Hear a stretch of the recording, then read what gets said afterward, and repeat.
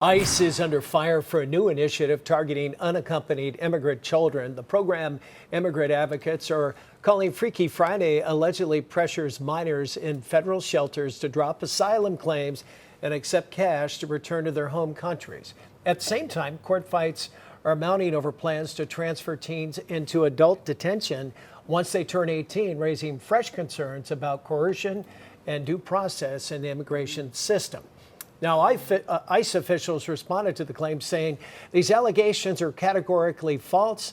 The anti-ICE activists have made up the term Freaky Friday to instill fear and spread misinformation that drives the increased violence occurring against federal law enforcement.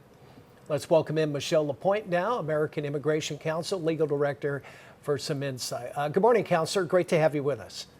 Good morning. Thank you for having me. So fill us in late last night and early this morning on the temporary restraining order that was approved by a judge this morning. And if you could shed a little more light on the so-called Freaky Friday program that now is apparently on hold. Yes, so actually the temporary restraining order was entered by a federal judge in DC on Saturday morning. And this related to a case, a long-running case that required ICE, before it went and detained children who turned 18, required ICE to look at less restrictive alternatives, not putting kids into adult ICE jails, and instead seeing could they be safely released to sponsors. And a judge more than 4 years ago said that is what ICE had to do. And we got word late last week that as part of this wide-ranging strategy to target unaccompanied immigrant children, decided it was just going to ignore that court order and start detaining unaccompanied immigrant children on their 18th birthday. They were in the process of doing that on Friday and Saturday of last week, so we had to go back to court and get this temporary restraining order to prevent them from continuing that policy.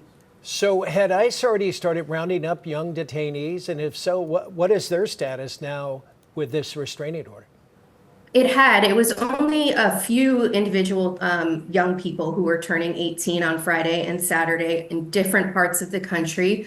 And they were going from what's called an ORR shelter, the Office of Refugee Resettlement, which has authority over immigrant children who come here unaccompanied. And these children had plans for their release on their 18th birthday. They had safe places to go. They had sponsors in this country who were willing to receive them. And ICE decided instead to just basically tear up those decisions and go back to this plan of putting them in adult detention centers. Luckily, there were children who were in the process of being taken by ICE. They were actually some taken from the shelters on their way to immigrant detention centers, adult detention centers. And because of the court's order, we were able to reverse that and get these children out to the sponsors and the placements that they had already established were safe for them. So if the government appeals, what arguments might they raise and how defensible are they?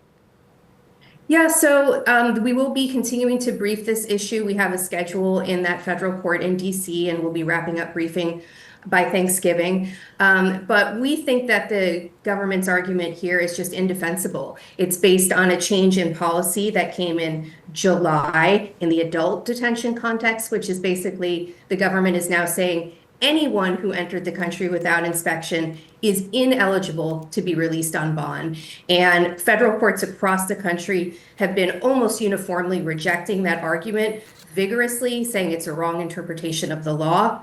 And of course, applying that to the context of what are called age outs, these children who turn 18 while in government ORR custody, we think is a violation of this permanent injunction in the case that we are enforcing.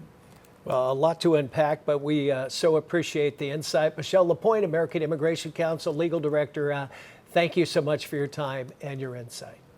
Thanks for having me.